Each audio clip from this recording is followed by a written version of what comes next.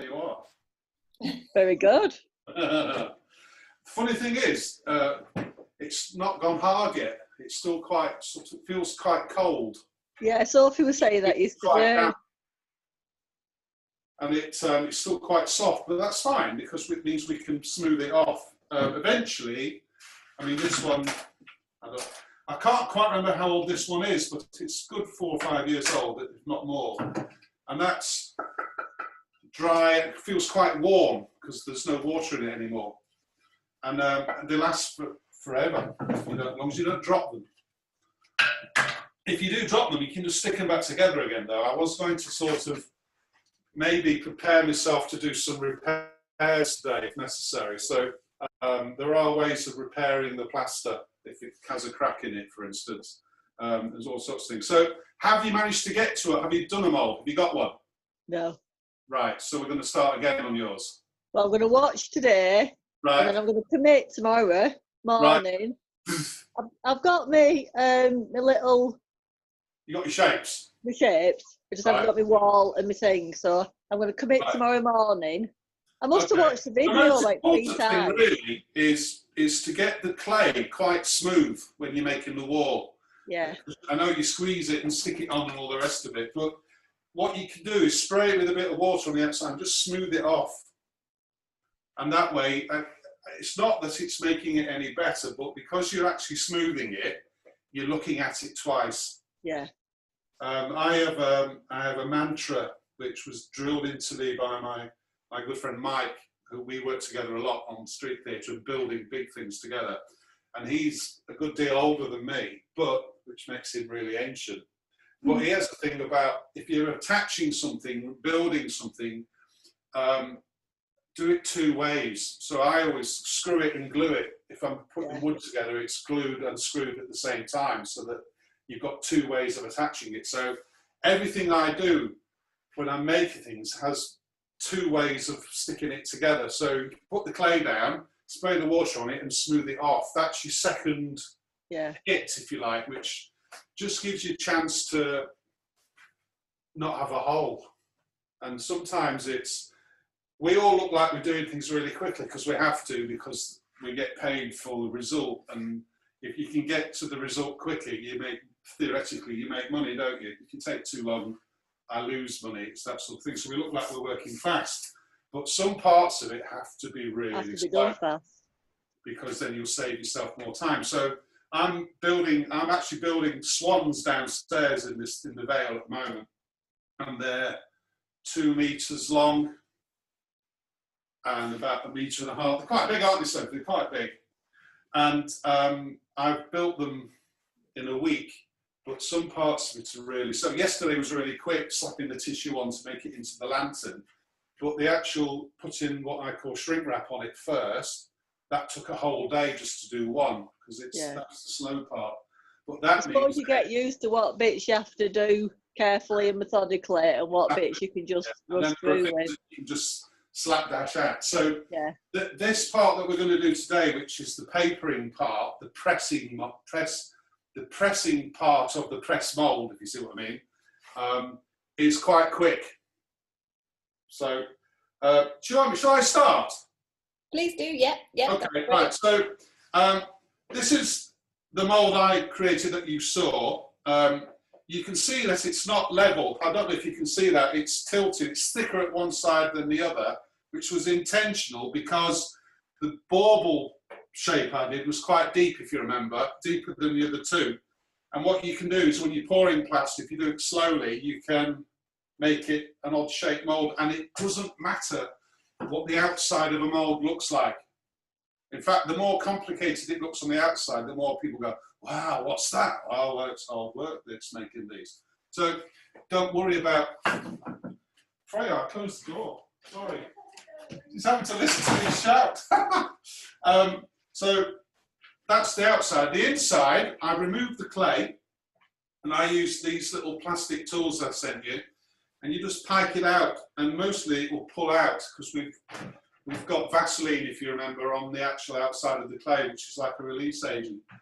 Once you've got the clay out, you can just go around with the tool and pull out any bits that are left over, either pull them out or get your hand in and smooth them off. It doesn't really matter. But what I have done is I've tidied up the edges. So when I pulled them out, there were some edges where, if you like, the plaster had leached slightly underneath the clay when it was stuck to the board. Sometimes it does, there's something you can do about that. All I do then with that is, with the edge of this, I'll just do this last little bit, and you can just scrape the edge a little bit, and you end up with a much neater edge. And I've gone around all of those this morning, just to give them a nice neat edge. The other thing is, if you find there are any holes, like an air pocket or something like that, which is possible, just use a bit of the clay that you'll have left over from the mould, and just squeeze it in like putty, like a filler. So you can fill any bits that you don't like. So on this angel, I've got a few lines that I'm not particularly happy with. So I'm just going to, I'll fetch some clay back here behind my screen. A little bit of clay, and I'm just going to rub some in. Like that. And all that's doing is smoothing off the base of the mould. It's not as crucial as some materials. We're going to be using, I've said that in the wrong order. We're using paper, which will mould, but won't be as accurate or as exact as something like a resin. So you don't have to be too pedantic about that. So I've just put a bit of clay just to smooth the bottom. I don't know if you can see that, just to smooth the bottom of the mould to make it happy. And now I'm just going to put the release agent in, which is the posh word for Vaseline. I've got a big tub, you've got a little tub, but that's how it is. And all you do is, like I sort of said with the clay, put some in, but don't go crazy. You just want to layer. And the baubles are hardest on the wall, because getting my fingers in isn't that easy.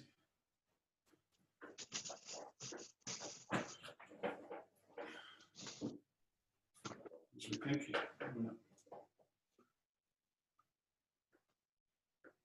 This way you could use some child labour or something, doesn't it? Get little pinkies in there. All right, so that's the bauble done, if you like. I'll do the Christmas tree. The most important areas, as you can imagine, are the corners and the pointy bits.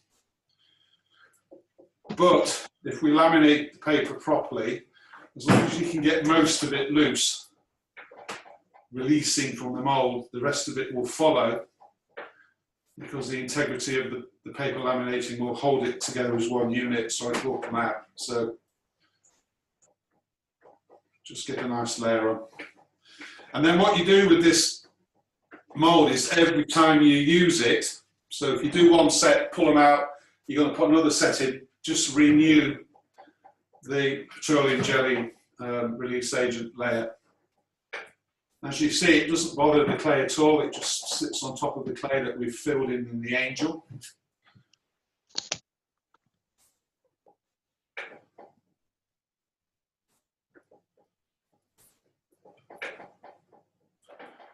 This is one of those where you can be quite slapdash, really. This allows you to speed up a bit if you want. There we go. Quite pleasing, that. I was watching Nigella Lawson doing her recipes last night. I thought, I better not start using language like that with clay. Well, I'll get locked up. Or Sophie will cut me off. Right, there we go. So, see how quick it is, just to put a bit of petroleum jelly in the base. That's the easy part. Now you can see why I'm filthy. I'll leave that on that. I'll leave that on this bowl so that you have a chance to see what I'm doing. Okay. Now, the paper. I've sent you paper. I can't remember what colours you've got. You might have got brown, you might have got blue. It's immaterial what colour you've got, as long as one side's white and one side's a different colour. And if you hear that, and when it's quite crackly, that means the paper's quite stiff, it's quite brittle paper, which means it's quite strong when it gets glued onto it. Because if you listen to the sound of newspaper, it's much softer noise when you screw it up. It doesn't make as much of a crackly noise. I've got my ears in today, so I can hear it even better. The reason I like to use the stuff with two colours is so I can disseminate between which layer I'm on and make sure that each layer covers the first layer. So if you've got, what we'll do first is we'll put it so that the paper's white side down, so that when you pull the mould out, you've got a white shape, not an orange shape. You saw those hands, if you remember, they came out green because the kids changed the layers the wrong way around, which is why I didn't use them in the end. So we put white face down, make sure it's all covered. Then we put white face up. So that's white onto orange. I'm trying to remember this. It gets complicated the more I talk about it. It's just stupid. And the whole idea is you put the orange down until you can't see any of the white, and then the same with the next layer. And we want to do about 4 layers. This fella here is 4 layers, I think. Now, the other thing to do is that we have to tear it into little pieces. These shapes that you're making and I've made are quite small. So therefore we need quite small bits of paper. And I've torn up that sort of amount. And the problem is, you think you need a lot of paper, you do a lot of paper, then you need to do some more. So you need a lot of paper. It doesn't seem to go very far, but I'll show you how we get on with that in a minute. And what I was thinking was, I was normally going to put down a piece of plastic, or I use an old box lid or something like that to do the painting of the PVA. But actually, you'll have a square plastic tile which we can use. So clean that off after you've taken the mould off it, and we can just use that. So I'm going to use that. I'm now going to mix the PVA. I've sent you, via Sophie, a bag of goo, yeah? A zip bag. Hopefully it didn't burst. It didn't burst, did it? No, no bursting, but I did have to leave for some people outside their houses, which I was a little bit worried about. I just had no containers, so I thought, oh, I'll just use a bag, it'll be all right. In there is about 750 mils, so there's as much PVA as there is in this bottle that I sent you.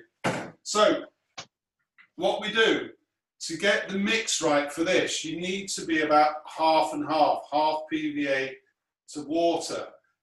But like I keep on saying, it depends on how warm your house is, what the weather is like, how thick it needs to be.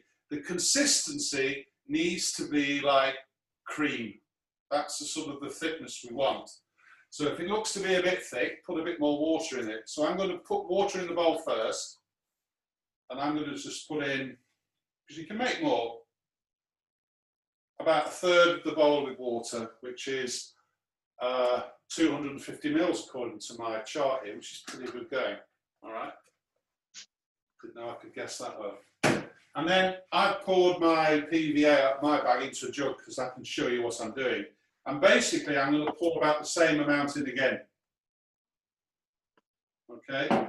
And then the thing I forgot to tell you is how to mix it. I use a brush. Should have told you to get hold of a brush. But you could use the clay sticks, the plastic sticks, especially the fat ones, because they're like a spatula. And mix it. Just be patient with it. It's like mixing corn flour. You don't want any lumps. And this PVA I've sent you isn't the stuff that decorators use. You can buy it really cheaply at hardware stores and things, and it's PVA that the plasterers use. They spray the wall with PVA first and then stick the plaster on. That works, and I use it if the budget's really tough. But if it's not, I buy the fancy stuff from an art shop because it's slightly better quality, which is what you've got. So you've got the best PVA. I end up having to use builder's PVA, but it doesn't matter. Right, so I think that's a little bit thin, so I'm going to put a bit more in.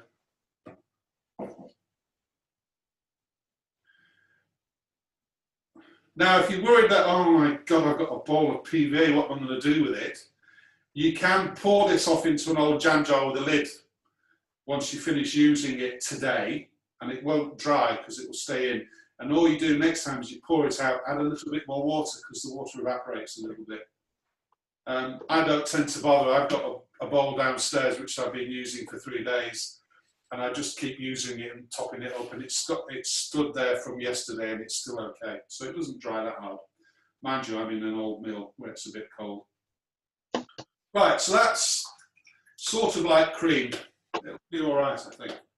So the first job, the way I do it, is I paint a layer of PVA on the tile. Like that. That's basically so that you're putting the glue onto the lower side of the paper. And this paper, if you put it colour side down, it curls up. I don't know why, but it does. So I put it white side down. It's a bit, I've done it for too long, haven't I, obviously. And the thing is, as well, the reason I use a tile or a box lid or a small area for gluing paper is that if you have a big area, you have a tendency to fill it up. And you've only got a certain amount of time before these actually stick. So if you do a few at a time, you've got a much better chance of using them all and not ending up with sticky stuff. Oh, that's white completely. All right, so that's probably enough. And then all I do with a brush or a hand or a finger or a sponge is put another layer on the top. That much, you don't need to go mad. And this paper will soak it up. And what happens is the fibres in the paper expand because they react to the water. If you put PVA on it neat, it doesn't work as well because it doesn't actually soak into the paper. So the water, if you like, takes the PVA with it. And if you look at it now, you probably can't tell, but when the white bits that I can see are changing colour, they're darkening off. And then I'm going to start with the Christmas tree. And all you do is, the first layer is white side down, unless you want an orange Christmas tree, and stick them in with your finger and push them onto the mould. Press them in other words, and overlap. And please make sure that you have it overhang, some of it sticking out proud of the mould, like that. I've got edges. Can you see I've got edges? Hope you get them out afterwards, because it's only paper, so you can trim it. And make sure you pack it into the corners. But you can squash it in. People call it papier-mâché, and it is really, but what we're actually doing is laminating, because we're putting layers of different coloured paper on top of each other. So and obviously this very first layer, this is the one that you'll see when it comes out. So make it as nice as you can. Make sure you get all the edges. And you don't want air pockets or anything like that, so press it in. Which is why this mould is called basically a press mould, because you have to push it in. And these small ones drive me mad because I have to use my little finger.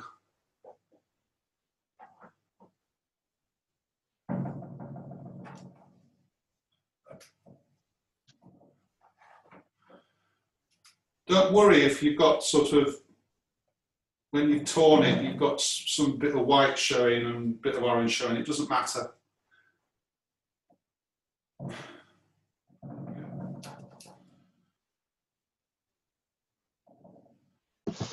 Forgotten how small these are.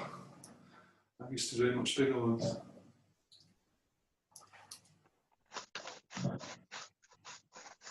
What you find is you can bend the paper once it's soaked for a short time.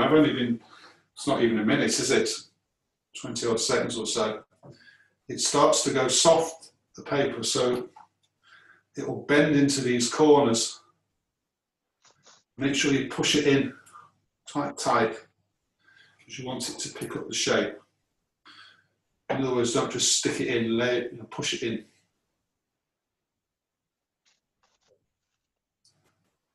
Right, let's put some more down. Another layer on the tile.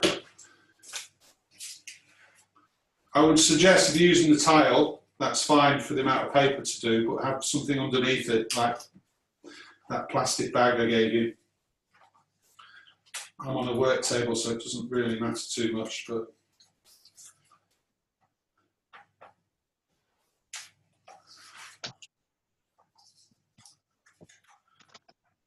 and you can see, although my bits of paper are all roughly the same sort of size, they're not roughly the same shape, as it doesn't matter. And what you really want is different shapes and different angles and things, because it helps the laminating of the paper, because it's all over the place. And what we're doing really is mashing all the fibres together, not necessarily the bits of paper. So it's the wood fibre in the paper that we're actually sticking together.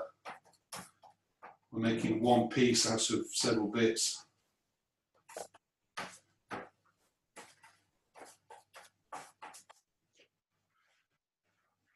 And then just carry on. Oh, wrong way around. Whose idea was it for a Christmas tree, Gordon? It's awful, difficult. Once you've got the first layer in, I think really it's easy after that, because the paper's already in and it's easy to follow.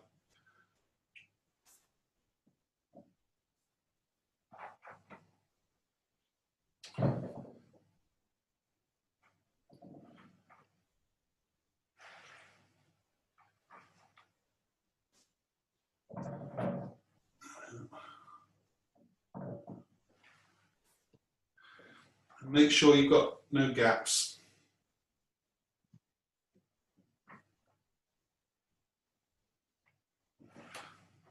I'm working upside down again.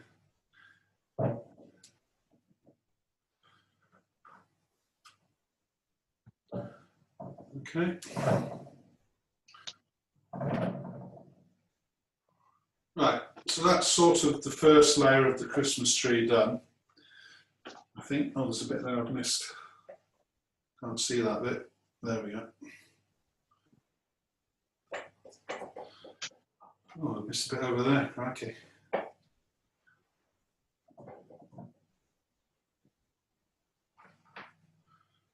Another bit in. There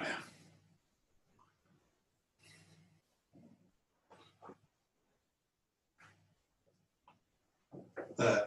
Okay, so that's my first layer.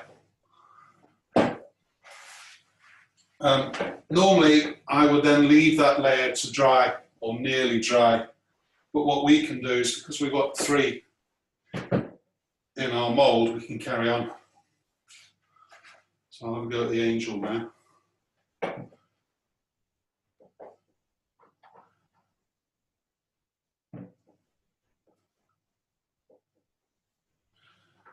This is a more complicated shape, I think.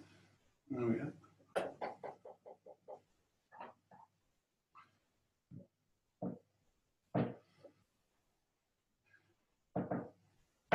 Before you pull this out, this will have to be really dry, otherwise you can't get the paper out.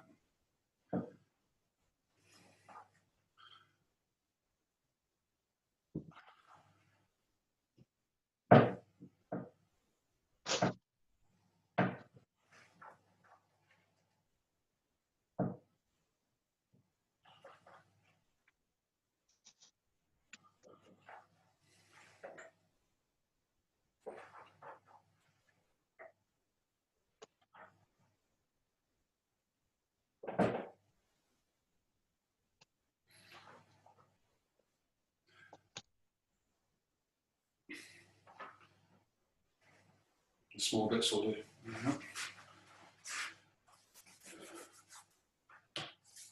The most important thing is make sure it's tidy inside, but if you've got paper sticking over the edges, it doesn't matter, because that will help you pull it out, and we'll trim those off afterwards anyway. And at least that way, if you've got them sticking up over the edge, you know you've covered all the sides properly.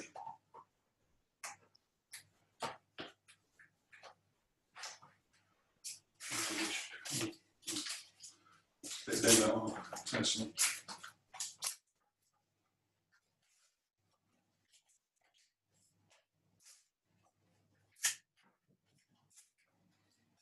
Yeah.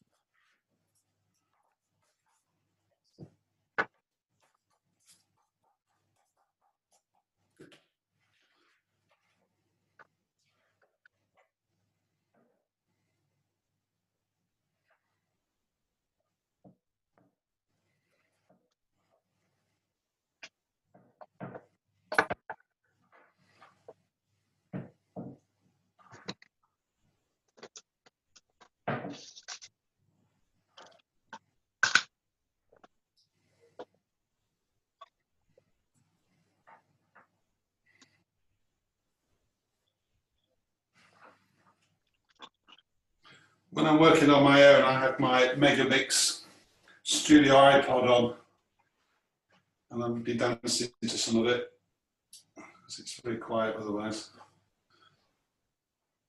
But we can't do that today.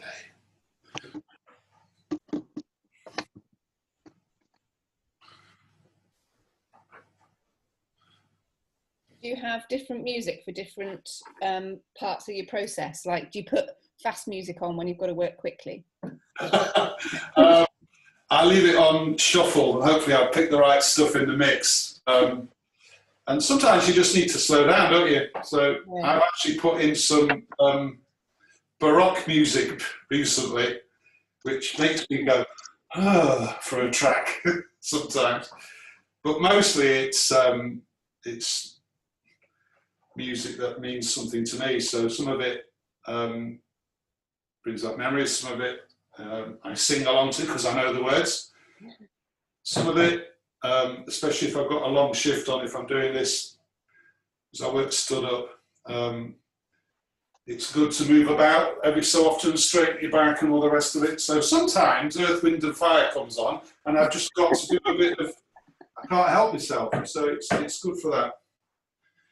But what it does mainly for me is it just shuts the outside world off for a bit. Yeah. And then I'm in my own planet for a little while, which sometimes you need just to, so you're concentrating on just this project. It's one thing you've got to do. I had a good sing this morning. I put the radio on and they're playing the Kinks, and I never used to be able to sing it at the same octave. But obviously, I'm getting older, so my voice is getting lower, and now I can sing it at the same octave. Oh dear.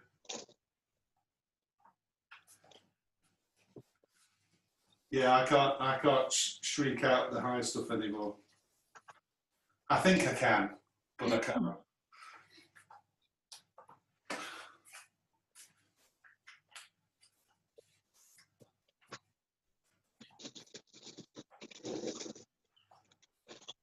I've also got on it, because I use a lot of sound effects and things in the street theatre show stuff I do. I've got a track which I can't find. I don't know how I've done it, but I put it into the album and I can't find it. It doesn't seem to be there. If I look for it, I can't find it. And it's 10 minutes 30 of pigeons in a coop from a show that Mike and I do called The Pigeon Fancies. We walk about with our pigeons, the robot pigeons, and we have this soundtrack of pigeons in the coop because we have baskets. And it's pigeons. And we'll come next to people and we'll sit there with our basket and it's blaring out this pigeon. And there's a section of it where the real pigeon in real life actually gets really excited. And he goes, ooh, ooh, ooh. And I usually try and switch it off before it gets to that part.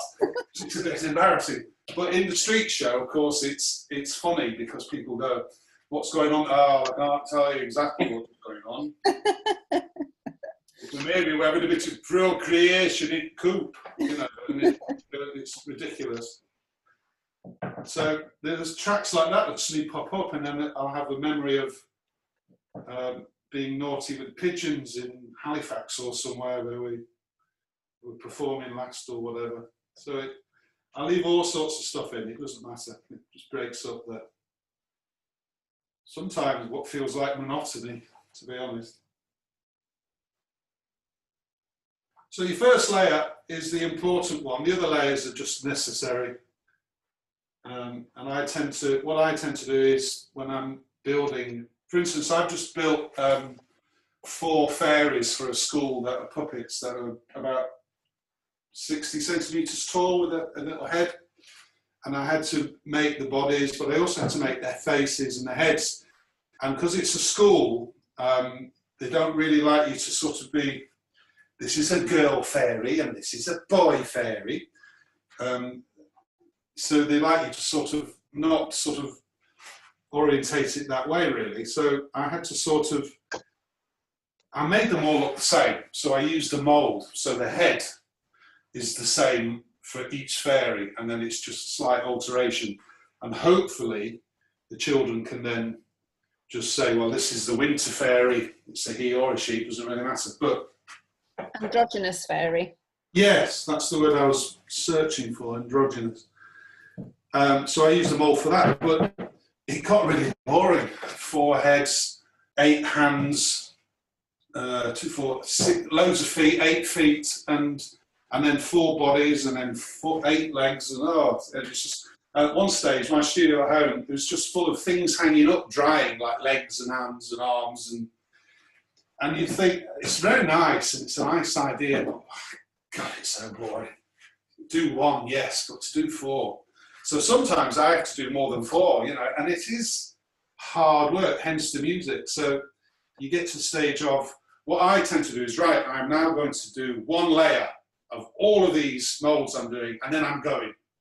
And that's how I sort of keep myself relatively sane.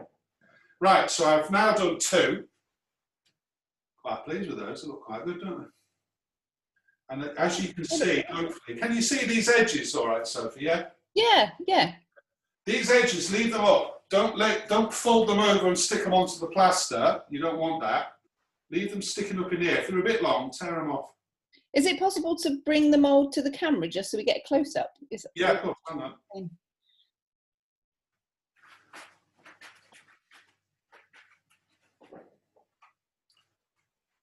Aha. Yes. Can you see? So if I hold it like that, you can see these bits of paper here. Yeah, perfect. So you want those sort of standing up. You don't really want them. It doesn't matter really. If it gets stuck on the plaster, we can peel it off. But if you can leave them sort of vertical like that, and you can see some I haven't gone over. It doesn't matter. Ultimately, it helps you tease all this out of the mould once it's dry. That's all it's for. And like I say, it's only paper, so we can trim it off afterwards. So I'm now going to do the final one of this trilogy, tragedy. And this one's quite deep, so puts it the wrong way around straight away. There we go. Once I finish this, I'll show you. If you remember, I said at the beginning that if you didn't want to do plaster, you don't have to, because you can also use clay as a positive and take a copy of it by using this technique with the paper. So I'll show you what I've quickly done this morning so that we can have a play with that as well. There we are.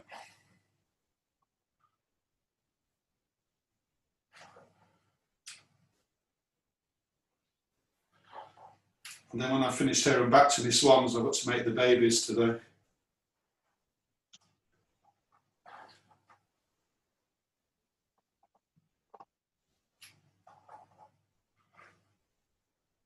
And then they're going on the river on Friday. Oh. Next Friday? This Friday. Oh, this Friday? Yes, I wasn't told that. I was told they were collecting them on Fridays. Councils, they never tell you, do they? They said they were originally collecting on Thursday, and then they said we'll collect on Friday. And then yesterday, when they came to see what on earth I was making, they said, and you're coming, aren't you? And you know when somebody asks you a question, and inside your head's going, no, no, no, no, no, and your mouth goes, yes, of course. I had that. So I'm going to help them. And I really sort of wanted to say no, but I couldn't. Partly because they're my swans. And I don't trust Tameside Council to put them on the water properly. Not that I've said that. Not that it's recorded and logged. No.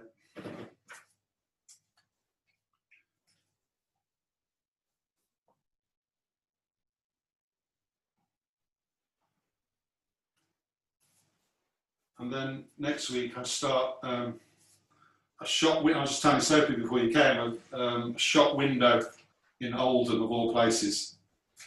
Luckily the coronavirus is dipping now, so I'm relatively happy to go. And I've got to do a window for Christmas. But I'm putting a Santa in that looks like he's squashed in, so it's too big for the window. And I've got 7 days, so it'll be 7 days and 7 nights, I think.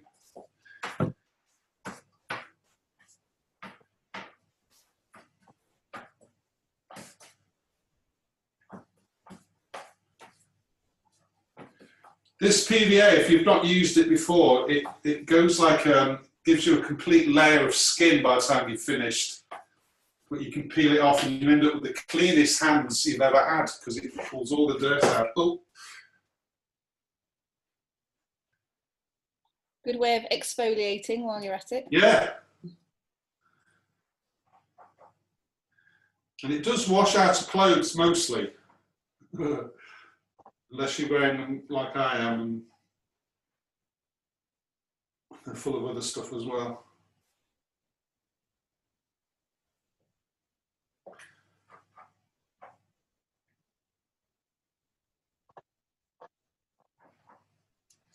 So all I'm really doing all the time is making sure that the paper's flat against the edge of the mould so there's no air bubbles.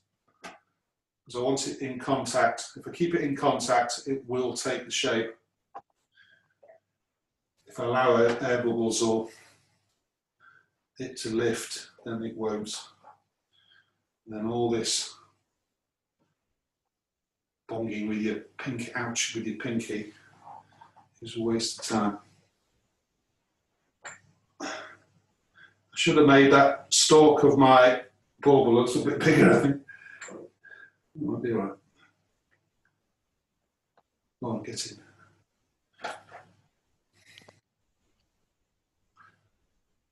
I'll use the tool.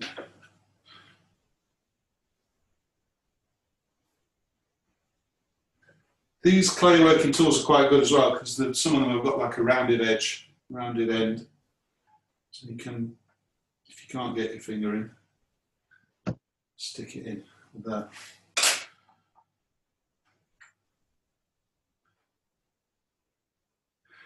Basically what happens is, because you're overlapping it, you're almost putting 1.5 layers in if you think about it, because you're overlapping all the paper all the time.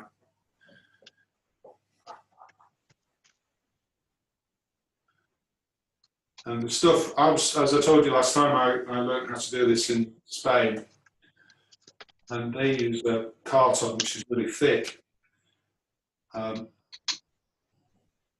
And takes ages to dry in this country. So this paper dries much quicker and it's much thinner, so you can put a lot more layers in without losing the shape. There we go. Right, so I've done all three.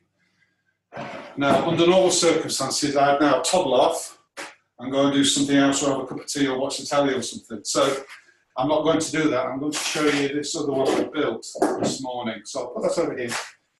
Once that's gone off a little bit, say in about 20 minutes, I can put another layer on if I want to. So you don't have to make it dry. You just don't want it to be too wet when you put the next layer on. But damp is fine. Why is that, Gordon? It's just that if you're not careful, it splodges about. You want to have firm layers and you want to be able to press the layers together because you're laminating it together. And if this is still very wet, when you put the next layer on, you can't press it. And it slides away from you. So what you really want is this. Do you remember how I said on the plaster, before you pour the next layer, you want it to be almost set but not quite? It's the same sort of principle, really. You want to be able to just be able to push them together. Because it's not layers of paper. What we're trying to do is push the fibres within the paper together. That's what we're trying to do. Right, so I made a bauble, half a bauble. I'll bring it over to the camera. This morning. There you go. Can you see that? Oh, yes, you can. So it's half a bauble, and I used that plastic thing I sent you, that plastic bauble I sent you as a measurer, just to get me the shape.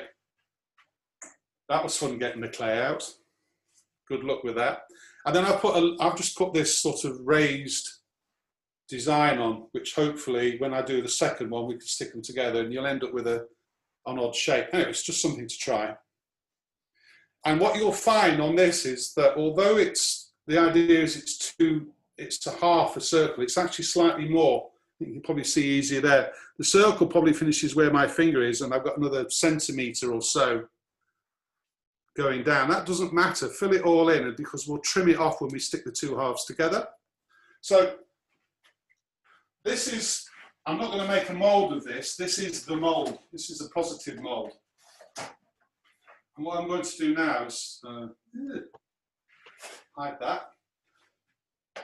I'm going to put the release agent onto this. All over it.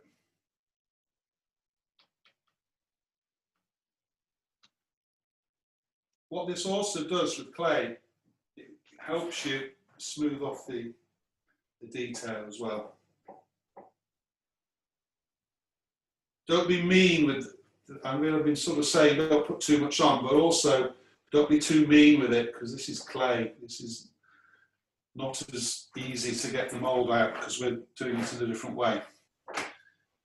The other thing with these is you've got to be really careful about overhang. If you have hollows, too many hollows in this, you might get your paper off, but you might have no mould left. And if you want to use the same one a few times, you might not be able to. So, or you have to do a lot of repairs. So I've covered that quite generously, because the detail isn't terribly difficult. I've just got a slight indentation on each of those thirds there.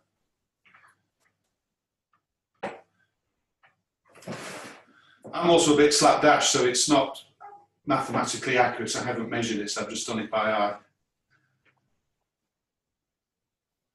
Because part of me quite likes the fact that it's not straight. Okay, so I've covered that in. That's seen. I shall wipe it on my belly. And then I'm going to do the same thing. So there's my little tray. Bring them over there. There we go. Same thing.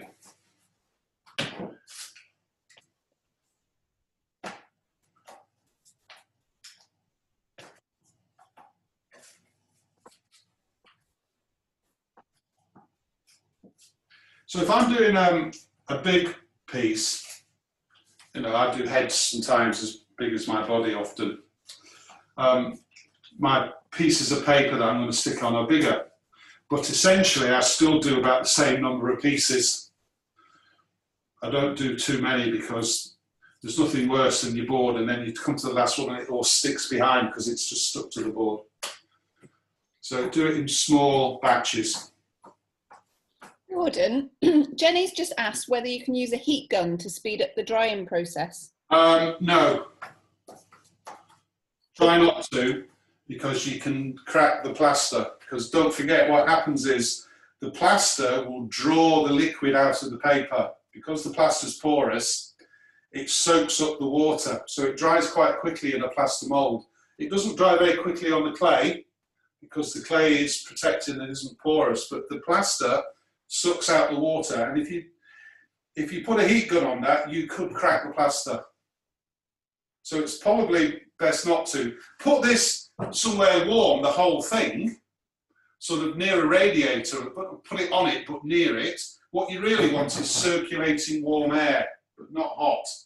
So I often, if it's a sunny day, put them in the window, let them dry there, or just, it'll be dry tomorrow. My swans aren't dry. I did them yesterday, they're still not dry.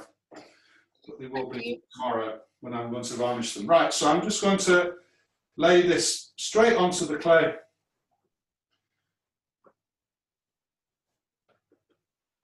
This is used a lot by artists who are just doing a one-off. So if you're just doing one head, Andrew Kim's just done a lion, and he will have done the same thing with this. He's making one head, it's one puppet. He'll have designed the lion's head made it out of clay, and then because it's a puppet, it's got to be carried. He'll have then made it out of paper like this. So all I'm doing now is, as you can see, actually it's interesting because it's the other way around, isn't it now? You can actually see where the paper's going, not being stuffed into a mould. And what you've got to do, it's still the same principle really, is overlap it.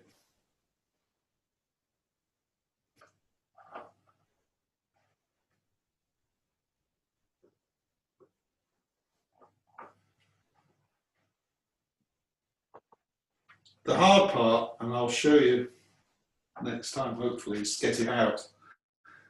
And I promise I'll do it on the screen. I won't do it on my own separately somewhere else. I'll show you how hard it can be.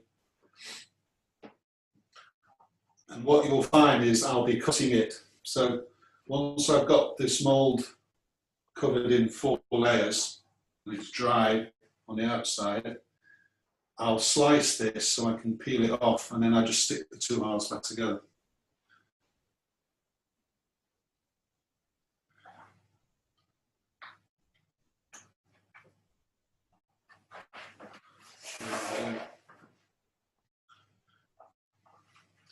And this works the opposite way around. So your first layer, doesn't matter what it is. I probably should have started the other way around thinking about it, but it doesn't matter.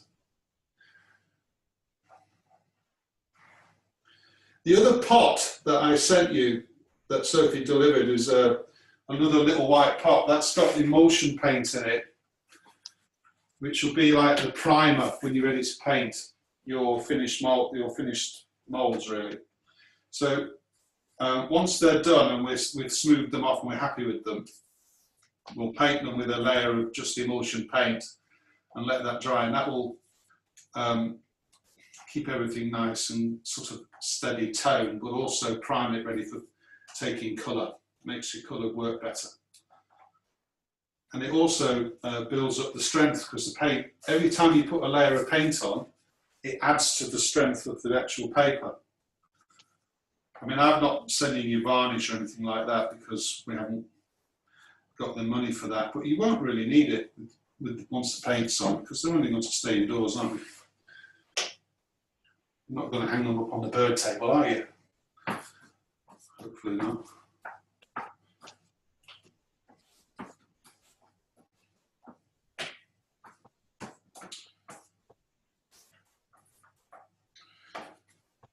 I use the brush mostly. I mean, lots of people use sponges and things.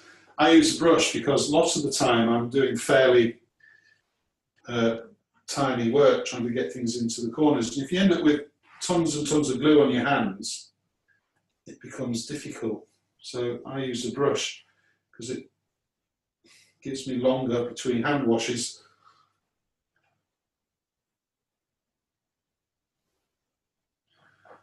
What you find is, if you take your time, this paper starts to soften up quite nicely, quite quickly, and it will bend. Like that.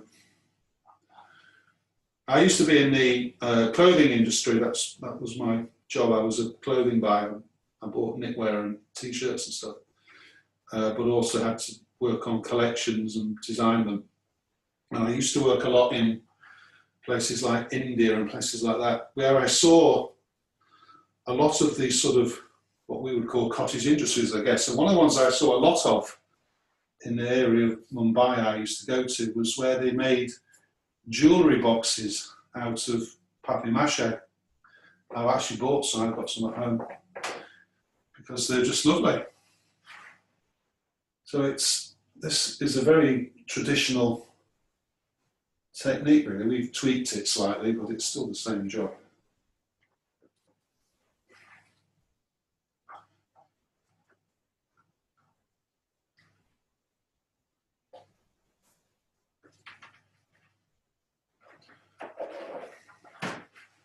Shouldn't get all the bits. And again, it doesn't matter on this if you go over the edge of the mould. If anything, it's probably a good idea, because it will seal the clay off as well, so stop it drying out too fast.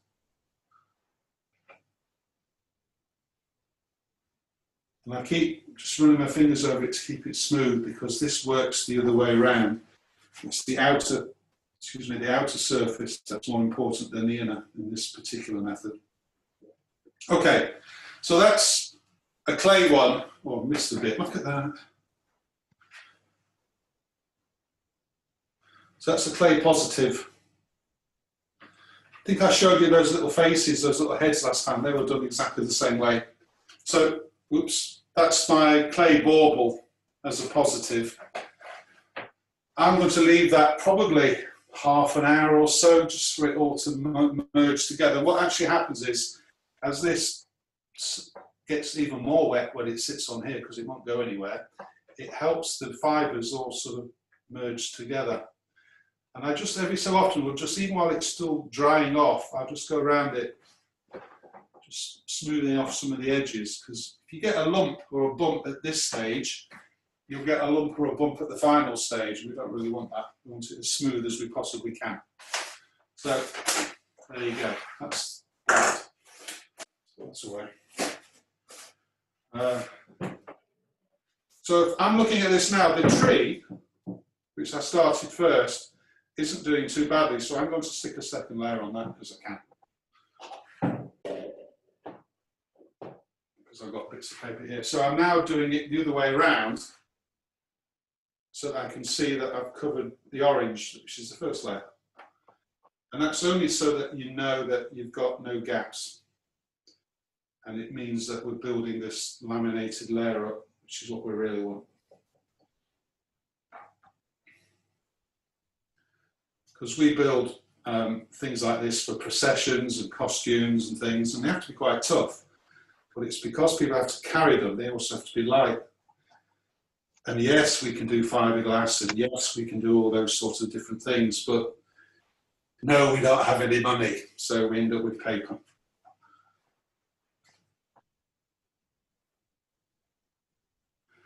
We all like, I love working with fiberglass and making moulds with that stuff, but it's just expensive.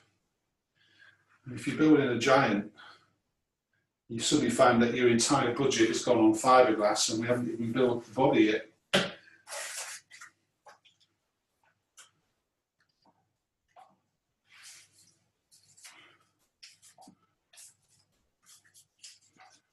And all my puppets have, I call them real hands. They're not real hands, they're my moulded hands. But I'd rather do that little bit of effort and have a puppet with hands that look like real hands rather than a piece of foam rubber chopped up with 5 sausages on it. Even if it's just for a small puppet walking about, it's nice for people to see that, oh look, it's got real fingers. So that's why those moulds I showed you last week are important to me, because I'm always making hands because I'm always going to use them. I'm actually going to be making, funnily enough, I'm going to be using the green ones, I've just realised, for Santa. I won't have to make them at all, I'm just going to convert those green ones into giant gloves. And the hands are done for Santa, how's that? Fantastic. That's the hard part done already. I won't tell them.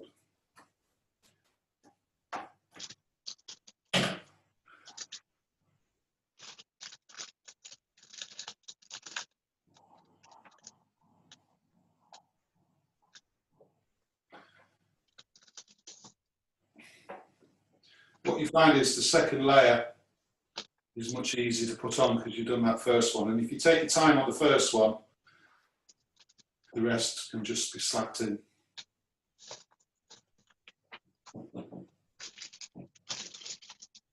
Just pinch them in. It is much easier.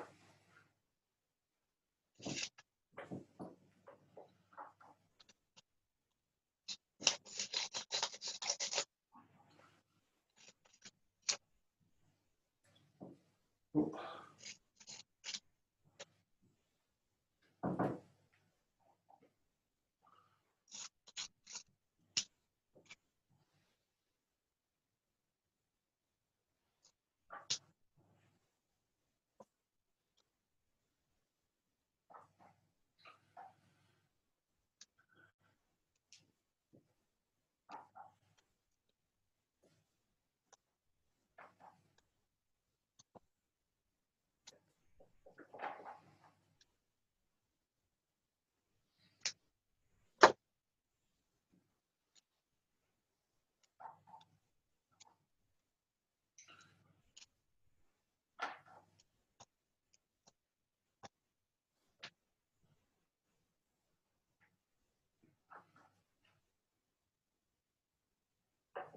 Yeah. So you can see that second layer went in much quicker, much easier. Yeah? Oh yeah, brilliant. The thing seems to be coming along nicely. I can see lots of paper going into the mould. Good. Good. Thing.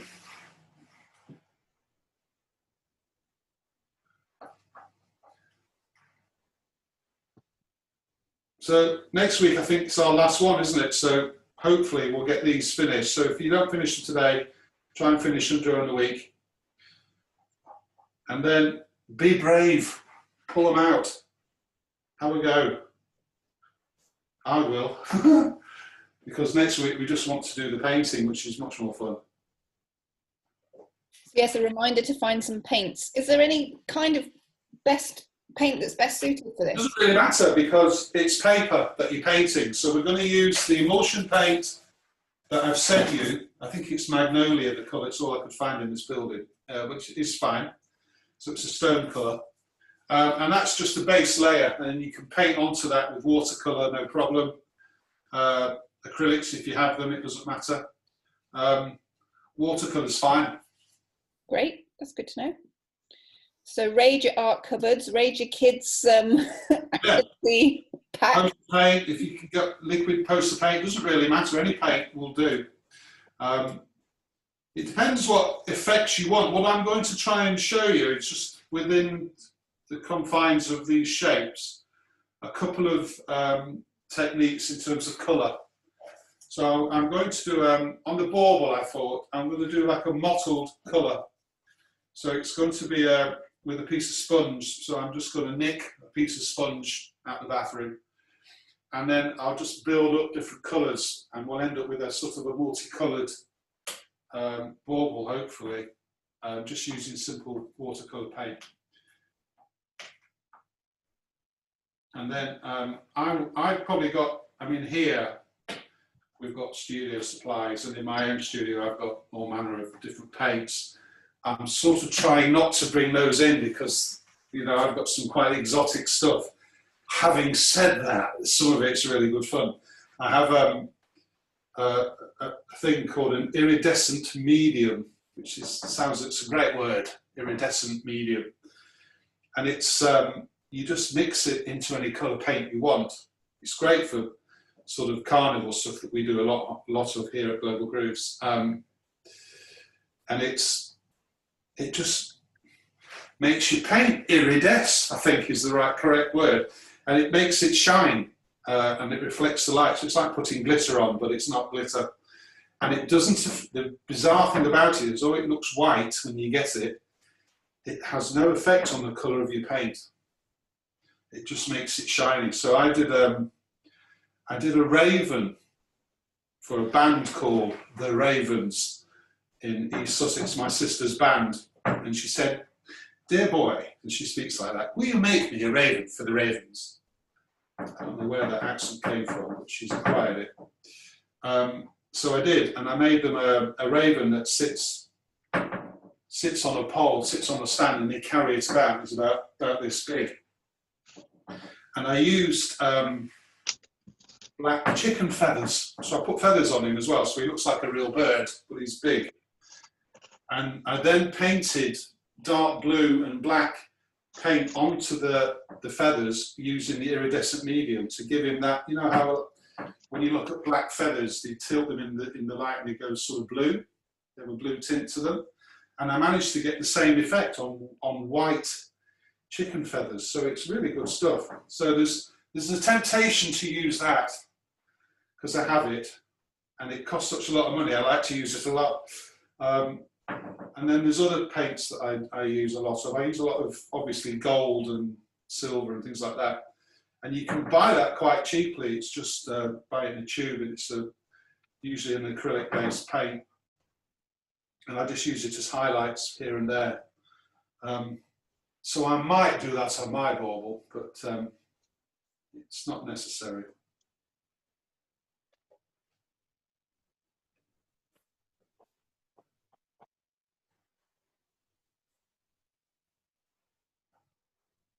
The other thing you can do, because it is, at the end of the day, it's paper, you can use felt pens as well. So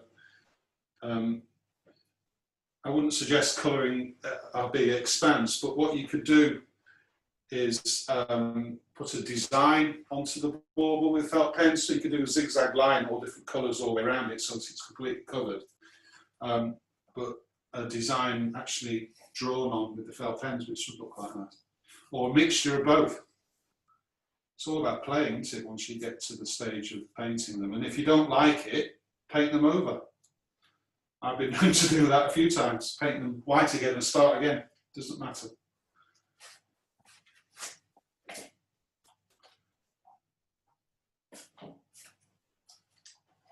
Have some more paper. And the bizarre thing is, you think you've got lots of paper torn up, don't you? And you haven't. I've nearly used that pile already.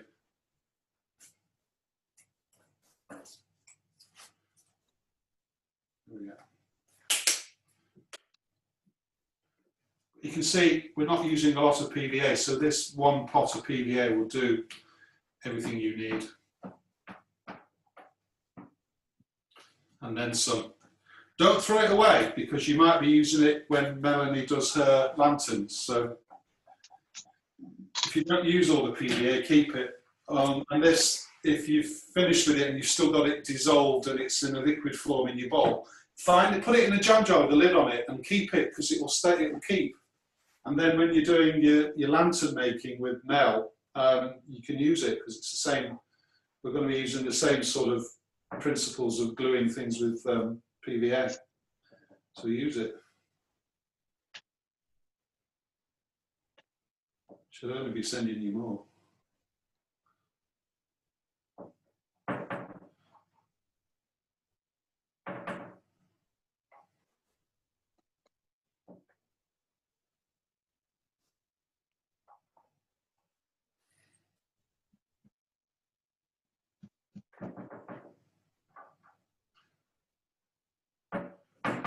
The angel, the 1 weak spot, I think, on this design is its neck, because it's quite thin. So all I'm doing with that is I'm using quite long pieces and going from the shoulders right through to the back of the head over the neck, so that it's some extra strength there, that's all, extra bit of layer. It doesn't matter, because this is inside the mould now. This is the back of the design, so it doesn't matter what it looks like, really. Well, it does. We like it to look nice and tiny, don't we? But it doesn't matter how thick it is.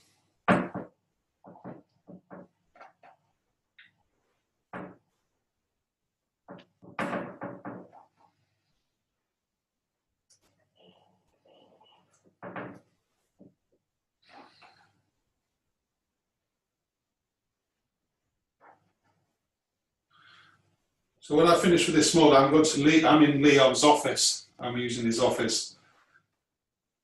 That's where everything is. So I'm just going to leave this, not where he sits, but on his desk with the sign, so he can complain. Right, so that's my angel covered as well. What to do then? I can see that how helpful that would be, using coloured paper, so you can, yeah, you can see where you've been. And yes, that's the only reason. There's no other reason. It's just very hard. And the Spanish told me they do it because they're doing so many. And you know, often they'll be doing a statue which is as tall as a house. They make things in Valencia called fallas. I mean, they use polystyrene these days, but they used to use carton. And they'd say, you know, by the time you get to the bottom, you can't remember whether you've done the top or not, because you're doing it for days and days and days. So the fact that it's in layers, and they were just very pale colours. They had like very pale yellows, very pale blues, very pale pinks, just so they could differentiate and count. So, and every studio, every artist used the colours in the same order. It'd be pink, yellow, blue, something like that. So they always knew exactly where they were up to, because they make them for a year. They come in for a year in their studios making these huge statues, beautiful things. And then little tiny things like this. Right.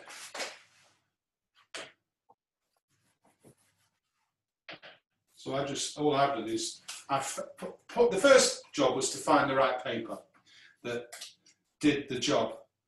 That was it feels quite brittle, crackly when you're using it, which means it's quite refined paper, really. It's not soft. Everybody tends to use, traditionally in this country, have used newspaper, probably because we had loads of it. And that's fine if you're going to mash up to make a mush, which is what papier-mâché is. You're making a papier-mâché mush and you're pouring it into a mould and you're levelling it off and going away and leaving it for a week. You can use newspaper because you're making a solid lump of something. But if you're making a puppet or something that's going to have to work, like hands on a puppet, we hit people with them. So if they break, you've ruined your show. You need a paper that's very resilient, quite strong. The beauty of it was, although it makes quite a hard finish, it's flexible, it will still bend. I can bend it, can you see? Maybe you can't, but I can bend it. So it flexes, which means it won't break. So when you put it on a 20-foot high puppet and it's walking about in the wind and it's wobbling about, it won't break. Which is something else you have to worry about.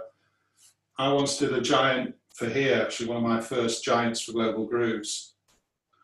That was called Shango, who is a candomblé deity. Emily might have mentioned things like that when she was doing her headdresses. And he's like the king of the gods, is Shango. Big black fella, fantastic puppet to make. And they ripped a leg off, the puppeteers, in the street in the middle of Manchester. And he walked along and because he's so big, his legs were just swinging like this, like a puppet, and his feet clicked up, dink, dink, dink, and his arms were controlled by other people. And one of our puppeteers, whose name does not escape me, and I won't blame him because he didn't know, started to dance and forgot that the puppet's 25 feet tall. So when we're walking quite quickly, the giant's just doing that and walking twice as fast. So when he's dancing, he's doing that. He's not doing that. And he managed to shake his leg off right in the middle of Albert, of all places. And I had to run up the road, because I was following on, to make sure everything was all right, and gather up the leg and carry it around for my punishment, because he'd ripped my leg off. And everybody said to me afterwards, well, what did you attach that with? Did you use string? What did you use? And I ended up having to say to them, I used stainless steel ties that are for building work. And they hold something like half a ton. So I don't know what he did, but he managed to snap one. Wow. And I think it was just metal fatigue. And it was dancing. He looked great. I mean, he looked fantastic dancing, but it just, you learn. So what was interesting was that although the steel snapped, the leg didn't, because it was made out of paper. That's what I was trying to get to, very slowly. So this stuff is really good for that sort of job, which is why we do it.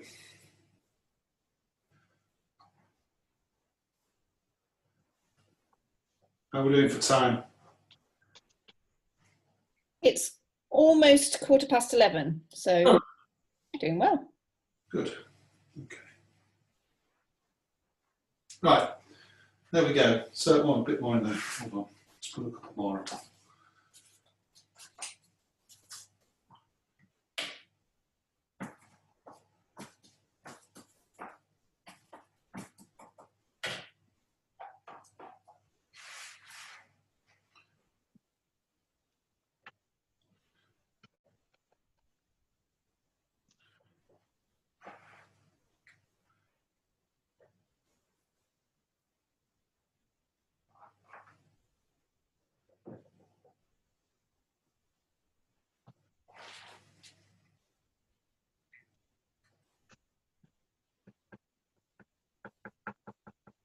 Right, so I'll bring this over there, you can have another look. So that's the second layer, and you can see it's predominantly white. This will change colour as it gets all moulded together, and it goes like a pale version of the colour that's underneath. But the most important thing is it's quite well covered. You can see just by looking at it that I've covered most of the orange up, and that will be fine. And it's drying quite quickly now, so I'll give it probably in real time another half an hour or so, and then do a third layer. And sometime today I'll finish it off before I go home. Unlike the previous layer, you can let the ends sort of stay up. Leave them up, it doesn't matter. Because if you can imagine, when this is dry, we'll just teasel it up with these and pull it out of the mould. It gives you something to pull onto. And again, the only reason I do that is because I've tried to get them out when they've been nice and neatly finished in the mould, and they don't come out. Or they do, but in pieces. So although it looks a mess, it won't be when we pull it out. And the other thing, what will happen, as this dries, it pulls away slightly from the edges because the paper will shrink as it goes back. Because what happens is, when you put the water on, which is why I put the PVA on the base first and put the paper onto a wet board, it's because immediately you've got PVA on one side and you paint it on the top, it's going into the fibres which expand. I'm talking Spanish now, this is how I was taught. So it expands with the fibres and makes them fat, okay, which makes them bigger. When you so you squelch it in, stretch it into place, and as it dries, they shrink back a little bit to how they were before when they were just paper, which makes them pull away slightly so you can get them out of the mould okay, but it also makes them much stronger as they shrink tight back together, which is why we do it. Looks quite good, doesn't it? Right, so we've got him. He's sort of damp, but not too bad. So we'll do a bit more on that one. You can see how it can get a little bit monotonous, can't you? After a while, if you've got lots to do. So for, like a pair of hands is 4 moulds, for instance, because it's a 2-piece mould. And if you're doing several characters, I think I built 3 Father Christmases last year, giants. I was hoping not to have to bother this year, but it looks like I'm doing one anyway. So.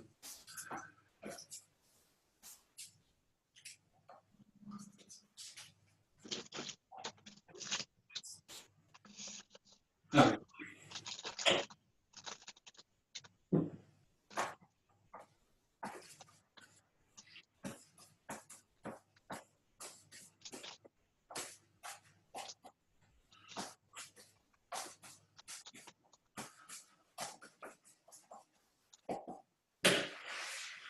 So this time it's the white side up.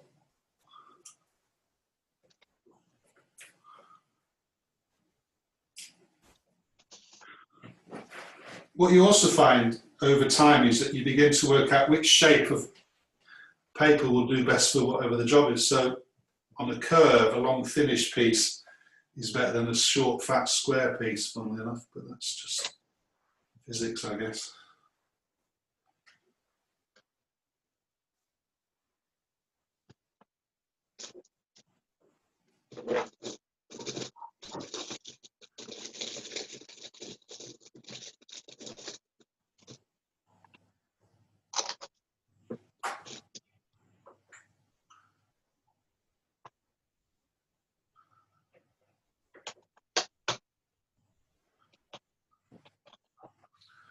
What you also have to do with these sort of clay ones, where we'll call it a positive, is you have to make the detail that you're going to mould a little bit bigger than you would normally expect it to be. So if I'm doing a head,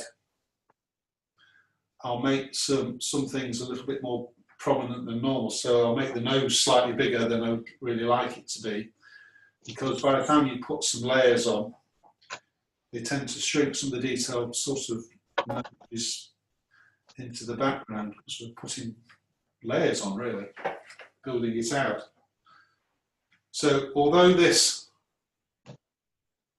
sort of raised decor on the bubble looks rather large, by the time we've moulded it, it won't look quite as large, it won't look quite as big or as obvious, he said, hopefully.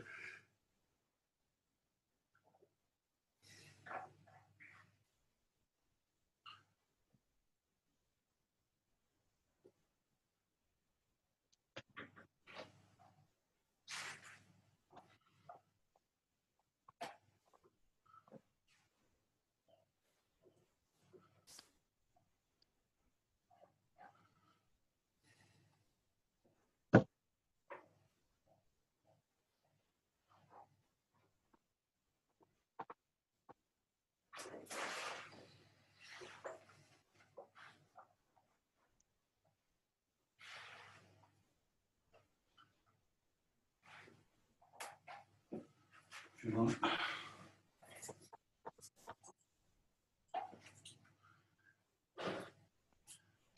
You also get to a stage where I'm getting now where you start thinking, time to clean my hands. You need to stick to everything.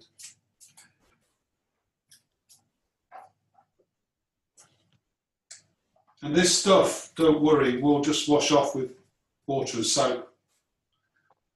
Warm water, detergent, soap will come on. Or you can do what Sophie does and just sit at the dining table eating your dinner, peeling it off.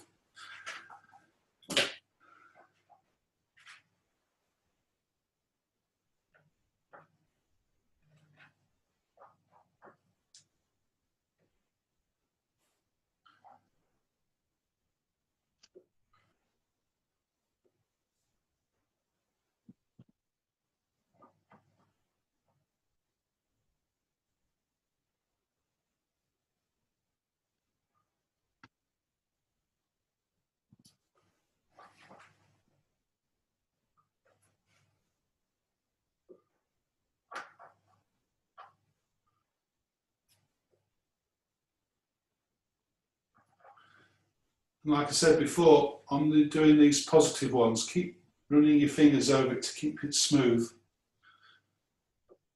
because it's the outside edge that'll be what people see, not the inside. That looks very satisfying. It is. There we are. Just keep it nice and smooth.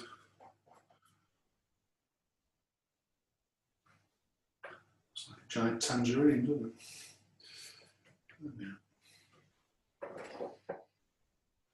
And sometimes I'll just put a bit on my finger and rub it in as well. There we are. Just to smooth over the fibres a bit. Yeah. Okay, so that's the second layer on the tangerine. I can't really show you much more because it's all about carrying on. Yeah. Has anyone got any questions while we're here all together?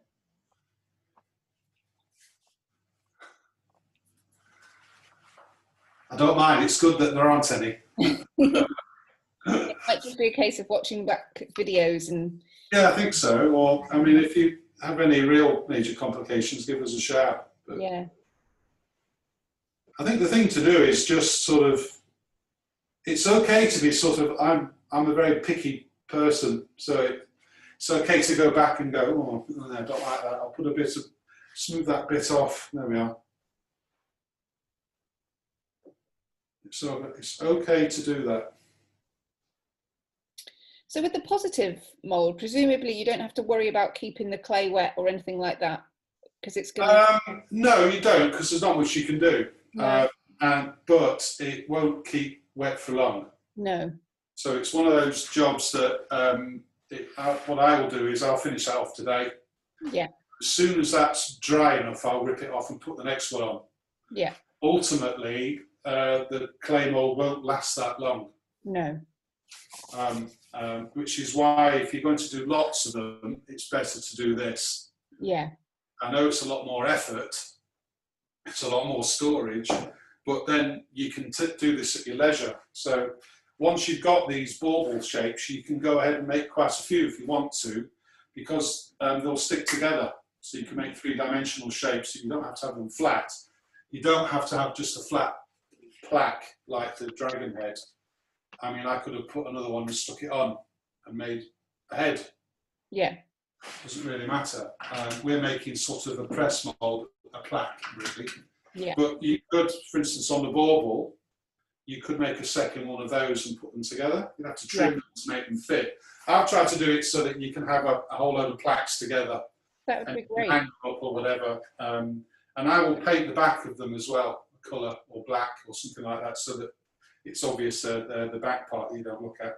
I won't leave them just raw paper, I'll paint them. I've left this one, this dragon wallpaper, so people can see how it's made, but normally that would be painted. I wouldn't leave that raw like that. I'll probably varnish that thinking about it. And the one I've got that I copied, this is a copy of one from Barcelona, is actually painted completely white and it's got blue and gold on it. So I've changed it slightly, but it's completely painted all over, so it keeps them dry. Because the other thing with paper, it will change depending on the atmosphere. So if you leave this in a damp atmosphere, this will take on some of the dampness and will become soggy over time. So they like to be dry, which is why you need to paint them. Yeah. So painting them with the emulsion paint, which is a vinyl emulsion paint, is almost like putting a layer of plastic on. So it does do a degree of protection. It's just another way of building up the layers. And the other thing that the paint will do, because don't put it on too thin, you can ladle it on quite thickly because it will smooth out any of the lumps and bumps that you might get from the paper. And the other thing you can do is you can always paint it, and then you can also use sandpaper if you want to. But I'll talk about that next time, if we have issues like that. Because a lot of the time, what I will do, if I'm making a head that's in a procession or something that people are going to look at quite a lot, the fairies were quite a good example because the kids are going to play with them, is I make the thing, I paint it with the emulsion paint, and then I plaster them. So I use a mixture of plaster, not plaster Paris because it's too fast, but you know, polyfiller, that sort of plaster. And I mix that with this sort of solution of water and PVA in with plaster. So you end up with like, it's like whipped cream, that sort of consists, everything to do, I must be hungry, everything's to do with food. So it's like whipped cream. And then you paint that, smooth that on to the head with a brush, and that gives you a texture, but it also smooths it out. And then it gives you a beautiful surface to paint on. And you can either make it shiny or matte, or you can have textures on it. So if you're doing like a bird, you can leave swirls in the plaster to replicate feathers and then paint on them accordingly. So that is the way they do it properly on the continent, and that's using plaster with a mixture of, I think they used to use horsehair, but we use PVA because it flexes it a bit. It's like glue. But we won't be doing that because we're just making a nice simple plaque, aren't we? Brilliant. Great. Well, I can see So Ping's really far along, so that will be good to see next week. And you're having another go tomorrow, are you, Kelly? I'm having another go tomorrow, yeah. Yeah. Well, I've got all the day to do it, so I'll start first That's thing. the way to do it, really, is to sort of isolate yourself while we're all isolated. And say, right, I'm going to spend 2 hours doing plaster. And then it's like, I used to have to do a lot of driving. When I was a clothing buyer, I was all over the world, but all over the country as well. And I got to the stage where I suddenly kept getting caught for speeding, because I was speeding all the time, because I definitely have to get somewhere, And I realised one day, sat in a traffic jam, that actually, if I drive at 80, I'll get there at a certain time. If I drive at 85, I get there 10 minutes earlier. If I drive at 90, I get there 8 minutes earlier. And it's suddenly I thought, well, how pathetic. I might as well get in the car and go, in 3 hours' time, I'll be in London. End of worry. And no one will catch me for speeding, and I'll keep my licence and I won't lose it again. And it worked. So I've just transferred that mentality into this, which is, I'm going to spend all day pouring plaster. And when it's finished, I can go and have a cup of tea. Oh, that's what I'll be doing That's the tomorrow. way to approach it. Give yourself like a schedule, a time. Yeah. Stick to it. And then when it's stopped, stop. Yeah. Walk away. I do the same when I'm doing a big job. So downstairs, I know that today I'm making the 5 little goslings that sit on the big swan lanterns, because my schedule tells me I am. And as soon as they're finished, I'm stopping. I won't do anything else. That's all I'm doing today. That's exactly And what I do. tomorrow I'm going to paint. Yeah, when I've got lots of different bits of work on and I'm thinking about them all, I say, right, today, Tuesday, I'm going to do these things, write it down, and then you don't have to worry about the other things. Yeah. Then when it's done, that's less to worry about, is it? Tick, tick, Yeah. tick. Tomorrow I'm going to do this. The hard part becomes when somebody goes, oh, by the way, we're picking them up the day early. Then you have a panic. But majority of the time you can plan it. And that way, it allows you to concentrate on that piece of work, do the best you can, because you've allotted an amount of time to do it. And then stop. Bugger off, go and do something else. Go watch telly. Get clean. Go for a walk. Eat. Drink. Whatever. I'll do this and then stop and go off. So I'll tend to do moulds like this for hands and things. It's a bit monotonous, I have to admit. There's nothing worse than making your third pair of hands for the year, because it's really boring. It's not when you pull them out of the mould and they go, yeah, look at that beautiful pair of hands. But getting there is really boring. But I can do an hour or so a day. I walk into my studio, my own studio, do a layer, and then wander off and go and do something else more constructive. And then come back that evening and maybe do another one. I tend to, if Margaret's, my wife, is watching, I don't know, the EastEnders or something like that, I'll go and do her head. Because I don't watch EastEnders. So I've got 40 minutes, right, I have to go and do a layer. And that way it just breaks up the job. And ultimately I end up with a pair of hands on my Santa, which works fine. And it sort of keeps you somewhat sane. But it also means that the work's all right. It's in good condition. You don't rush it. Because there's nothing worse than rushing this, and it doesn't work. Believe me. How many layers do we do? Sorry? How many layers do we do? 4. Oh. 4 is all we need. So, I mean, you could probably get away with 3 on these, but 4 gives you this. Really tough, which is what we want. I keep smacking it, but it's not dented, it's quite good.